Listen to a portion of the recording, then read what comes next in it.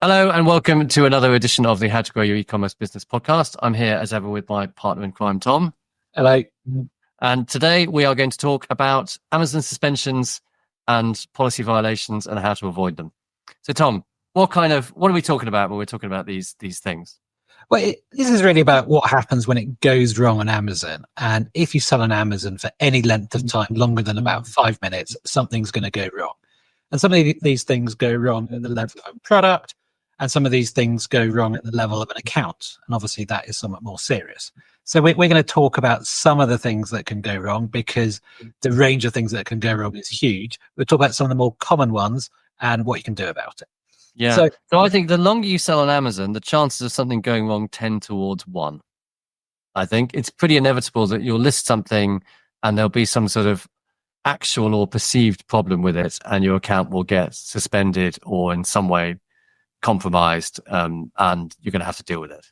Well, we should probably declare our past history in this regard, in that you in particular have had many accounts shut down, and no one has dug your way back from it every time. No one has dug themselves in a deeper hole than me, and no one has managed to climb themselves out, climb out better. I have to say, it was quite traumatic, and I'm quite glad that I don't have to do that for my accounts anymore. So this isn't something that we try and make a habit of, but it's going to happen, and you just need to understand the issues and have a vague idea what to do about it. And before we start, I think one of the key things to do in any of these situations is just keep calm. You will find a way out of it, though you may have to escalate. So I think there's a piece of advice I would advise, because it's much easier to avoid these problems than it is to actually deal with them. So I would really recommend, important. If you think you can get away with something, the question is, can I get away with this? The answer is no, you can't, right? So, read those Amazon rules and make sure you're not doing it. If a question would be something like, is it okay to request, send requests of feedback to someone? The answer is, but it's against Amazon rules. Will Amazon care about these things? The answer is always yes, they will care, right? So just don't do it. Yeah, that's a really good point. Understand the rules. And when Amazon asks you for something, give them exactly what they ask for. When Amazon tell you to do something, just do it. Don't ignore it. Don't sweep it under the carpet. Just do it, even if it's a pain, because they will escalate things quicker than you would expect, and they will close down accounts at the drop of a hat. So with all that, they don't even need a reason. In fact, they own it. It's their accounts, it's their business, their accounts. They don't need a reason to shut you down. I mean, they have full authority. It's their game. They make the rules. Yeah. So, okay, there's 3 things we're going to talk about. We're going to talk about buy box suppression. We're talking about account suspensions and account deactivations, the nuclear option. So, Tom, over to you for buy box suspensions. What is a buy box suspension? So, buy box suspension is when Amazon takes away the buy box from you. So, normally in the top right of the screen, you'll see an orange buy now button. When you are buy box suspended, that disappears. There might be a little box not colored in saying click here to see buying options, or it might just say something like this product is not purchasable or something like that. And it tends to happen, well, it can happen for a number of reasons, but the 2 key reasons both revolve around pricing. So Amazon will review your product across the internet, and they want to be the cheapest. So if someone is selling it, especially you are selling it significantly cheaper elsewhere, they will suppress the buy box under what they call fair pricing rules. So they say it's to protect their customers. The other reason why your buy box might be suspended is because you have increased prices too quickly. So again, this falls under the fair pricing rules. If you try and increase prices by more than about 5% over a couple of weeks, then you will probably get buy box suspended. And Amazon have got a lot more on this in recent months, especially over the recent Black Friday period. So what can be done about it? Well, you can raise a case with Amazon. If you think that they've done it incorrectly, then you can put your ASIN into Amazon. There is actually, if you go into help, you can put in your ASIN if it's not viable, and it will do a bit of a troubleshooting, and generally it tells you that there's no issue. So then you raise a case with Amazon, and they say, yes, you are more expensive, on Amazon than elsewhere. And so your options at that point are to plea. So you can say to them, well, we are on promotion on Amazon. We've got a price drop on the website with promotion on Amazon, so we're not more expensive. and they'll probably listen to you, but then they may well pick it up again. It's the algorithm that picks it up. It may well pick it up again the next day, and it may be a temporary victory. The other thing you can do is just do as they ask and drop the price and match the price. So it's quite a difficult one to get out of without actually, if you are more expensive or you have been putting out prices quickly, then you really have to unwind that to get the buy box back. Yeah, I think that new accounts also don't. If you've got a new Amazon account, you can't have the buy box for 6 months. Yes, a qualified yes to that. They do. It isn't quite as black and white as 6 months, but the terms, I can't quite remember the wording, but it's kind of 6 months or a suitable term. So if you're really a kosher business selling kosher products, it will be less than that. And we've had clients we've got up and running much quicker than 6 months, but they do reserve that right if they think you're dodgy. And this is all about keeping people off who might be selling, I don't know, stolen iPhones or something like that. They don't want that kind of seller on the platform. Yeah. I mean, something we noticed is we had a client that was selling. They changed all the products on all the prices on their website. They didn't update them on Amazon, or the two got out of sync, and their buy box percentage, which is what you need to monitor, went down from 90% to 30%. Yeah. So monitor that buy box percentage. Yeah, and then that's on your homepage. So loud and clear. If you want to look at it by product, you can get that data from the business reports page. Right down at the bottom, it says, ASIN, sales by child ASIN or something like that. And that will give you the buy box percentage on there. So worth monitoring.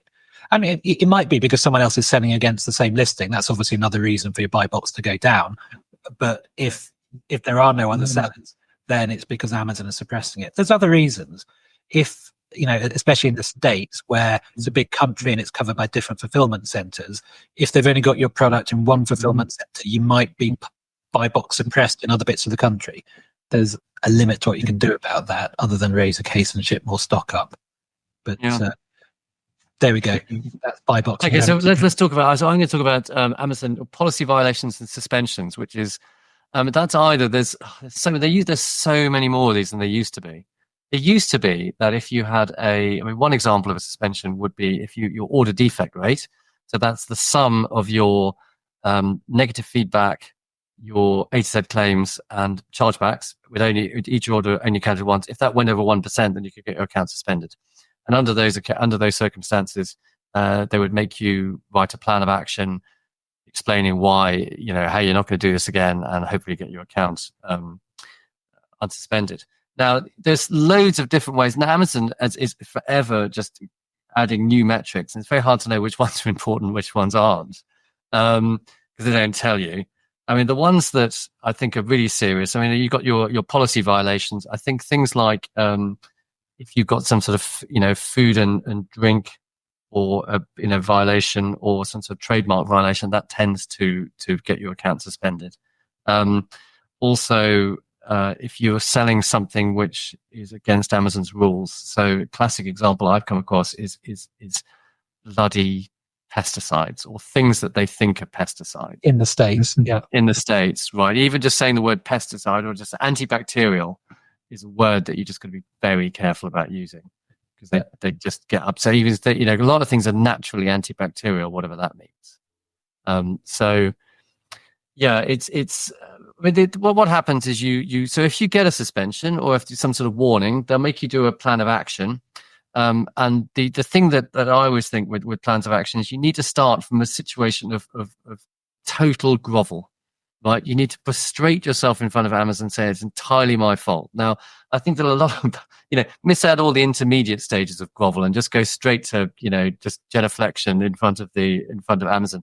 I think a mistake that a lot of people do is they think that, Amazon is it's someone you can reason with. What you can't, you're not really talking to a real person. What you need to do is that they, it needs to be a well-written, well-thought-out document. And this is why these companies that do it for you. I mean, I don't think you need to use these companies because I think they don't provide a lot. But if your English is very poor, then it might be worth it. But they don't. These companies don't have any special access to Amazon. So you need to very carefully read what they want. answer all the questions. They may well come back to you with something else, and then you just need to. And what normally happens is I write the most groveling thing I can think of, and then they come back and they say effectively it's not groveling enough. At which point you can ring them up and say what was the problems, and they'll say you need to grovel a bit more about these things. And you write, a frankly ridiculous document promising all kinds of things that you're probably never going to do. And then they'll come back to you and say, well, you didn't grovel enough about this. And you want to go through various iterations, and each time thinking, oh God, I just can't think of anything more to grovel about. And the advice there is just to keep going. It's a war of attrition. You just need to keep going and just keep answering their questions. And this is whatever the suspension is about. Unless you've got to the point where they've actually, they've deactivated your account, there's everything to play for. You just need to keep going. So we've got to add to that. I'd add to that a little bit. So, you're absolutely right. Go into full grovel. One of the mistakes that people make that I've seen is they'll give a one-line answer, and Amazon want an essay. They don't want a one-line answer. So it's natural to, we got an issue with a client currently. They've been prevented from shipping FBM in a number of categories. So it's a simple issue. The integration with their courier didn't work with Amazon, but they've told Amazon that, Amazon will come back and say not enough. You need to go to town. You need to say we've done a full root cause analysis. We've got the most important people in the company involved. We've literally left no stone unturned to find the root cause of this. Oh yeah, to find the root cause. I did. So once, there was an antibacterial thing in Germany, right? So I said, okay, look, so what you really want to say is, I understand the issues now, and I won't do it again. I'm really sorry, right? But Amazon they just want blood. So I ended up saying, okay, I've looked through all the products that we have, and I've put again my spreadsheet, all the products they have, and I've confirmed that none of them have antibacterial stuff in, right? I have reprimanded the people that caused this problem. I put in place a process or workflow, and here's the workflow where we can compare all new products to, right? And these are the rules. I quoted various bits of German legislation, right? And then I said, look, we will check these. We'll repeat this training every 3 months. I just went on and on and on and on and on, and I might have, and I mean, it was just laughable, really. But that's what they want, and eventually they said yes. Yes, well, they want you to demonstrate that you're treating it seriously, I suppose. But they do. I mean, your example is a really good one of just how far you have to go. And if you're not going that far, then you should think quite seriously about maybe you should go that far. And what else can you say? So staff training and discipline is always a good one. Getting senior people involved, creating a workflow, creating a process, documenting a process, training out a process, all that kind of stuff. Pile it all in there. I don't know who has time. I don't know. I just the bureaucracy of this thing is just extraordinary. And the anyway, who benefits? Who benefits? I don't know. Other than they must have warehouses full of people to do it. But So and if you're not good at writing these things, then get some help. But as I say, you don't necessarily. These companies that offer to do it, they don't have any special access. They may be good at writing letters, but they don't have special access. Yeah. Okay. So, what if you get it wrong, or something bad goes wrong? I mean, then sometimes you'll get a suspension. An example of when this happened to me was when we accidentally listed some baby walkers in Canada. We listed them, and then they got taken off, and then we didn't realize what we were doing, and we listed them again. And we missed the emails that they went to, and then they permanently shut down the account. And that is, and also another, what can happen is then maybe it's you're operating multiple accounts and you just think, oh, I don't need the Canadian account. But then it's like a ticking time bomb, because what can happen is these accounts can infect each other, and what you might find is another account will get shut down because that account was shut down. So another example is we had this. I mean, it's a good example actually. We were selling in Singapore. We listed something in Singapore. Somehow we managed to change the brand on it. We then stopped selling in Singapore. We deleted all the inventory. We got a message from Singapore saying you've listed this product. You've done this thing, and we missed that email. And then they sent it again. and then we missed it again, and then they suspended our account. And not only did they suspend the Singaporean account, they suspended every single account apart from the UK and the US. And it was killing our sales, killing ourselves at Christmas in like November, Q4. And so that's why you need to make sure that you keep on top of these things. But it was, it was just ridiculous. And the way that we anyway, I'll talk about nuclear options in a minute. But that's what you need. That's what you need to avoid.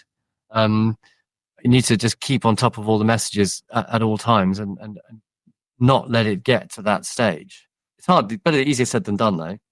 Yeah, and our crime in that instance wasn't that we had got the wrong brand on a product. It was that we ignored 3 warnings, and we weren't looking at the account because we thought we deleted all the listings from it, but we weren't looking at it.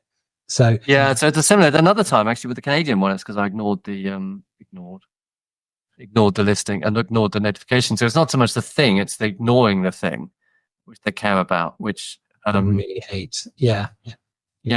I mean, contrast that to eBay, where I got account suspended once. I wrote to the eBay managing director. Someone in the eBay managing director's department looked at it, said, "You're clearly, responsible traders," and just opened the account again and said, "Don't do it again." Yeah, that's why I like eBay, because it's well, Amazon is very much the computer says no. So a load of this stuff is just automated. Human doesn't get in the process at any point. So if you just tick all the wrong boxes, you will get your account closed down. But you do the right thing, and you probably won't.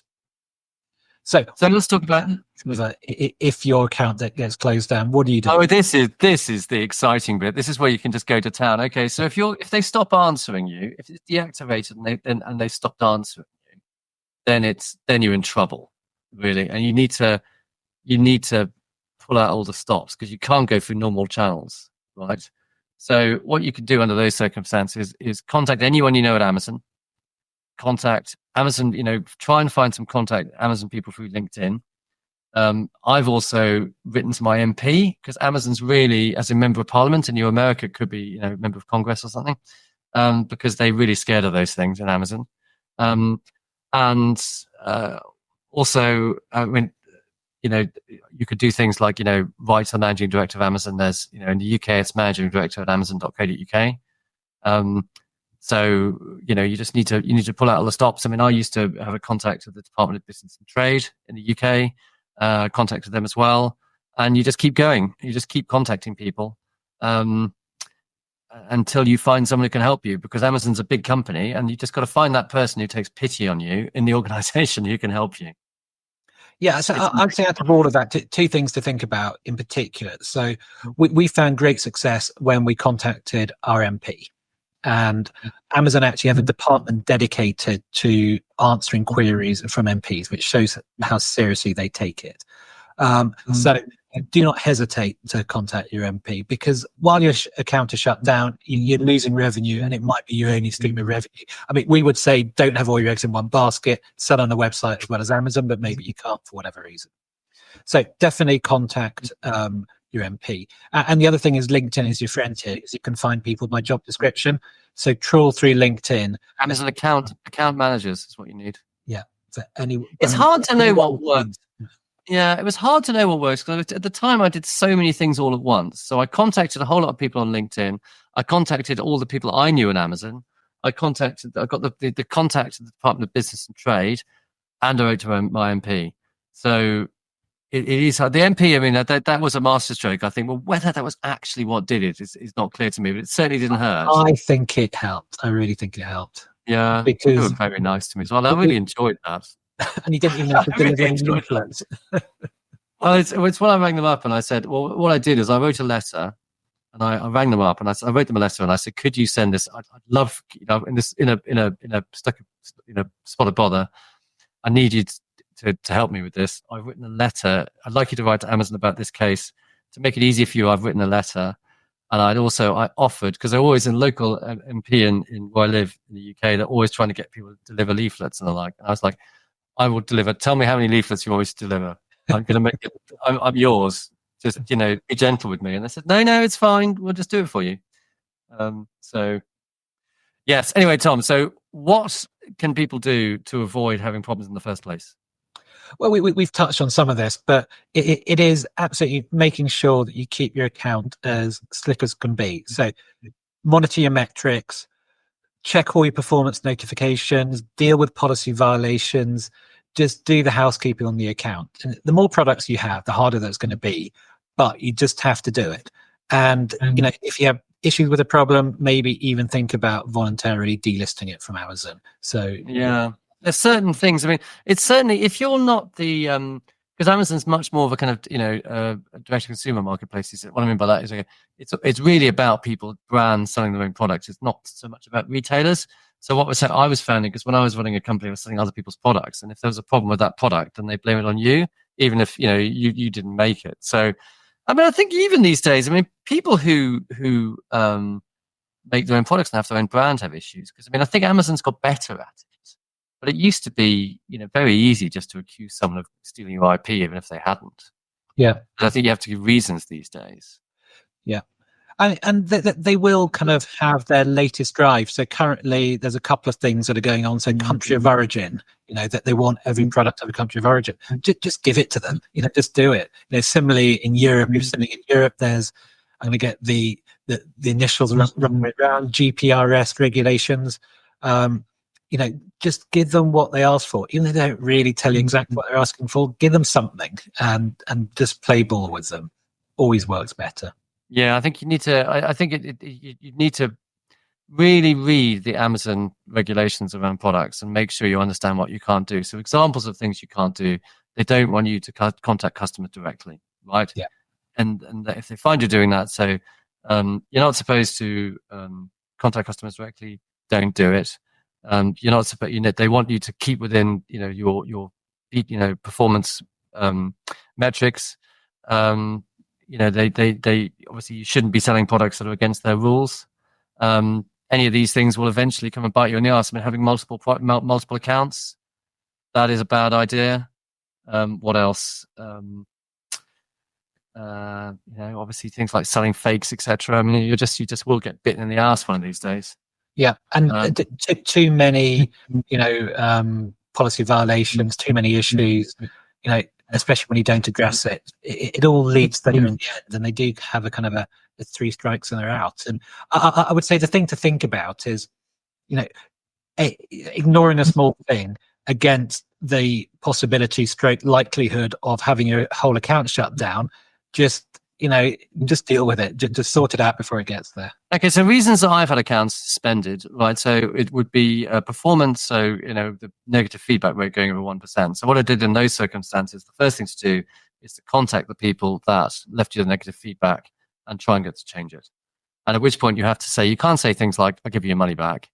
What you need to say is, I want to, because you can't offer a refund instead of in exchange for removing the feedback. I mean, what you can is pathetic, really, because what's going to make people happy? Getting their money back, right? But you've got to ask them, offer to give them the money back and say, if that made you happy, if you're now satisfied with the situation, would you consider removing the feedback? So feedback and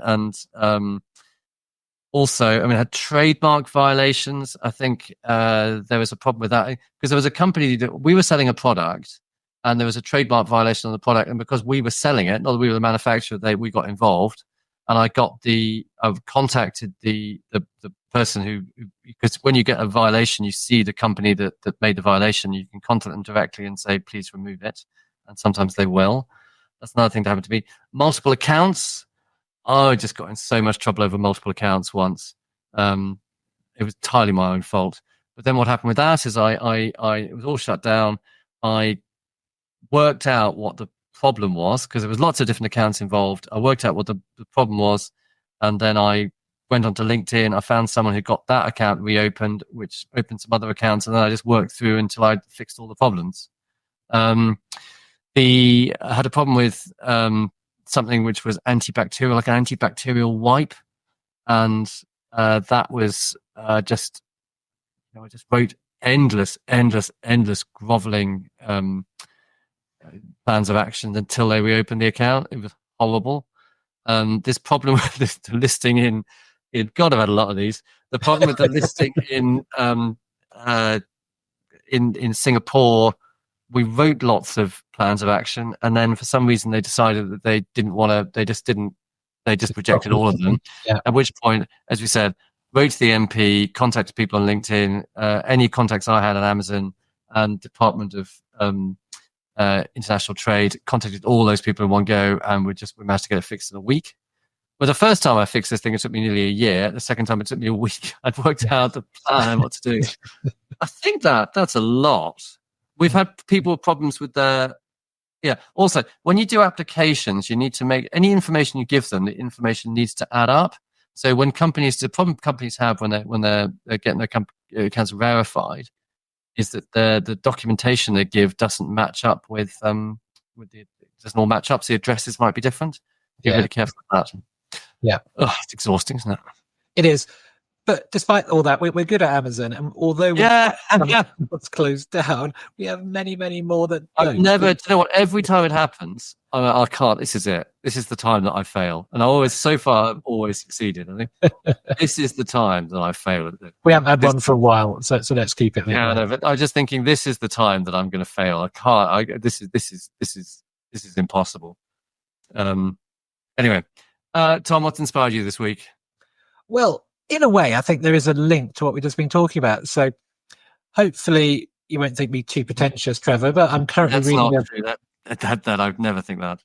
Well, I am somewhat, probably. But I'm reading a biography of Josephus, the first century Jewish Roman historian who documented the... And Turncoat, famous Turncoat. Turncoat, the Second Jewish War.